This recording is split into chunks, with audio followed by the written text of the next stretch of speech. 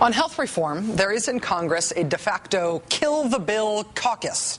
We call it the Kill the Bill Caucus, or actually Kill Bill Caucus for short. Not because it saves that much time in saying it, but because it really annoys our executive producer, whose name is Bill Wolf, and he doesn't like anybody saying Kill Bill. Charter members of the Kill Bill Caucus include, of course, almost every single one of the 217 Republicans in the House and Senate. Like, for example, Republican Senator Jim DeMint of South Carolina, who made his Kill the Bill intentions abundantly clear from the very outset. If we're able to stop Obama on this, it will be his Waterloo. It will break him. Mr. DeMint's charter companion in the House, in terms of admitting the dream of unified party line opposition to health reform, is Republican Whip Eric Cantor of Virginia. I will guarantee you that we are committed to making sure that not one Republican will vote for this bill. Republicans had no ambiguity about this from the very beginning. They knew they were in the Kill Bill caucus from even before it was cool. And they knew their strategy was to slow the whole thing down, stop the momentum, get the thing sputtering and stalled so they could have a chance of killing it altogether. This is too important to be rushed. We need to take our time and do it right. This doesn't take effect for 4 years, Matt. We don't need to pass it in 2 weeks. The president and some Democrats insist we must rush this plan through. Yeah, what's the rush here? Unified Republican opposition has not been about coming up with a policy they would feel more comfortable voting for. It has pretty clearly been about stopping President Obama's #1 domestic priority. It's just basic political combat. It's totally understandable. You deny your opponent a victory. In Senator DeMint's phrasing, you don't help your political opponent accomplish something, even if it would be good for the country. You deny your political opponent the ability to accomplish that thing if you can. You make him look like a failure. You, as Senator DeMint says, you break him. But the Kill Bill caucus also has senior members in it who are not Republicans. They're members of the Democratic caucus, like Senators Ben Nelson of Nebraska and Joe Lieberman of Connecticut, both of whom say they are committed to health reform, but neither of whom have acted during this fight in a way that would suggest that that is true. You could tell that with Ben Nelson, after he said back in mid-November that he'd be okay with the abortion language in the bill as long as the public option was taken out. Now that the public option has been taken out, lo and behold, Mr. Nelson is still not okay with the abortion language. You can tell that with Joe Lieberman when you see his disregard of his own policy positions, supporting a Medicare buy-in for, say, 9 years, and then threatening to filibuster any final bill that includes that same thing. One way to understand Senator Lieberman's otherwise erratic and irrational behavior over health reform is that Mr. Lieberman has been shaping this bill to whims that are designed not to get any particular policy that he is in favor of, but rather to make the bill so conservative that liberals will turn against it. Remember that after supporting the Medicare buy-in for 9 years, Senator Lieberman admitted that he decided to hate the idea this year, in part because he heard that liberal Democratic Congressman Anthony Weiner liked the idea. Senator Lieberman has used his threat to kill the bill by filibuster to change the policies within the bill into something many liberals say they can no longer support, a strategy to kill the bill ultimately by cleaving off support from the left. In other words, exactly the position that we're in now. And now the Kill Bill caucus has some unlikely new members, like former Vermont governor and Democratic Party chairman Howard Dean, influential liberal blogger Marcos Molitsas from Daily Kos, Vermont Senator Bernie Sanders. Powerful forces in labor like the AFL-CIO and SEIU are also taking a hard line now on how bad they think the bill has become. Liberals are having a hard time supporting this bill. But not on political grounds. They're having a hard time supporting this bill mostly on policy grounds. A lot of liberals were convinced, for example, when candidate Obama argued against an individual mandate, giving insurance companies millions of new customers without controls over what we, the people, would be made to pay for. I raised that issue with David Axelrod as far back as early September this year.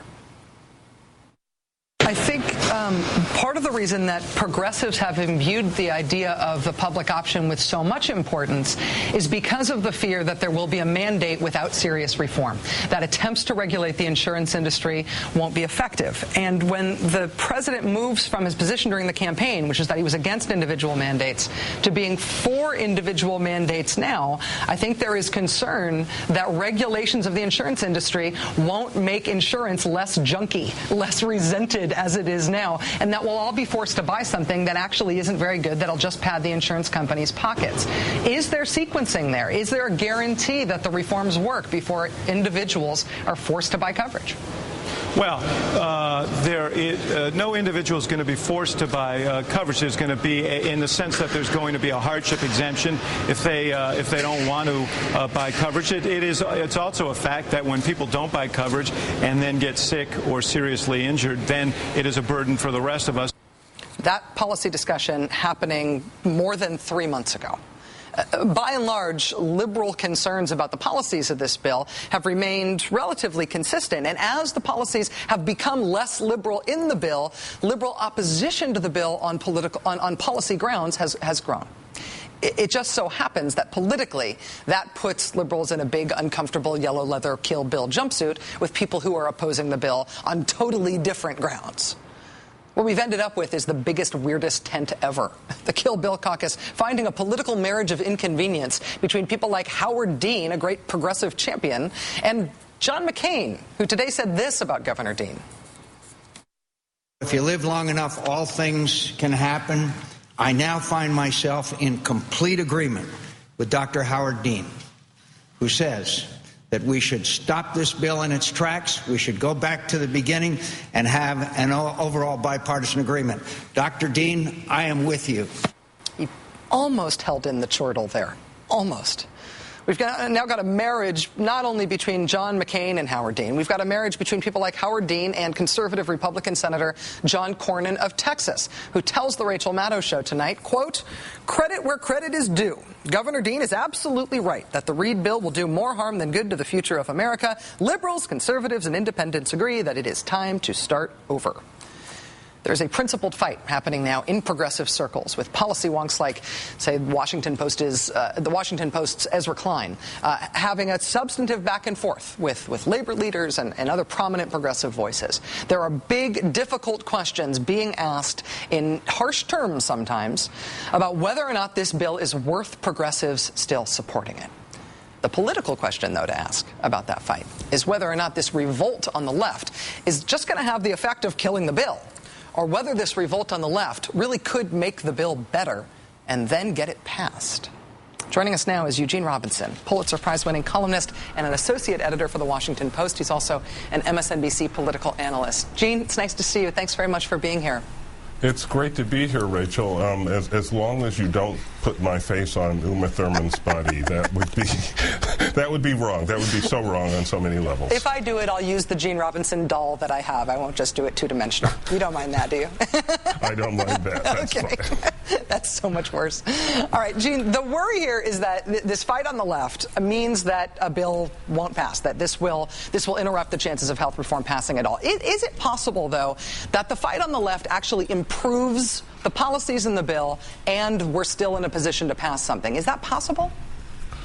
Well, I suppose it's possible. Theoretically, I guess I don't see exactly how that happens, Rachel, because the entire movement, the sweep of movement on this thing has been to the right, has been away from policy positions that are near and dear to liberals. And I'm not sure why it would suddenly turn on a dime and start moving back in the other direction. I thought that might have happened, for example, when the public option looked like it was going to be replaced by the Medicare buy-in, and that looked like, well, that's kind of an interesting idea, and gee, maybe that would work. But it turns out the answer is none of the above. So I'm not overly optimistic that it's going to move in what, frankly, I would consider a positive direction.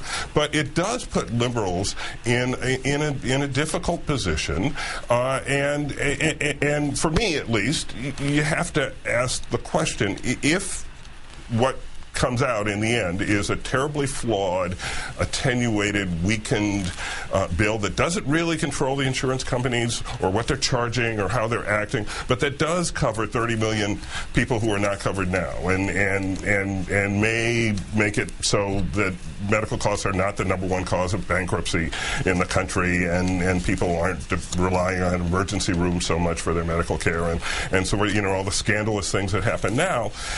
Faced with that bill from scratch, would you not vote for that? And I think that's the question that a lot of people are going to have to ask themselves. I think, though, the reason that either subconsciously or consciously is motivating a lot of the revolt on the left is not just frustration with how far the policies have drifted, but the fact that, as you say, they have only drifted rightward. It seems like all of the political leverage has been among conservatives. Republicans as a bloc voting no. Conservative Democrats deciding that they can get anything that they want out of it. And at least in the case of Joe Lieberman and the Medicare buy-in, seeming to choose a policy position purely on the basis of what might make liberals mad.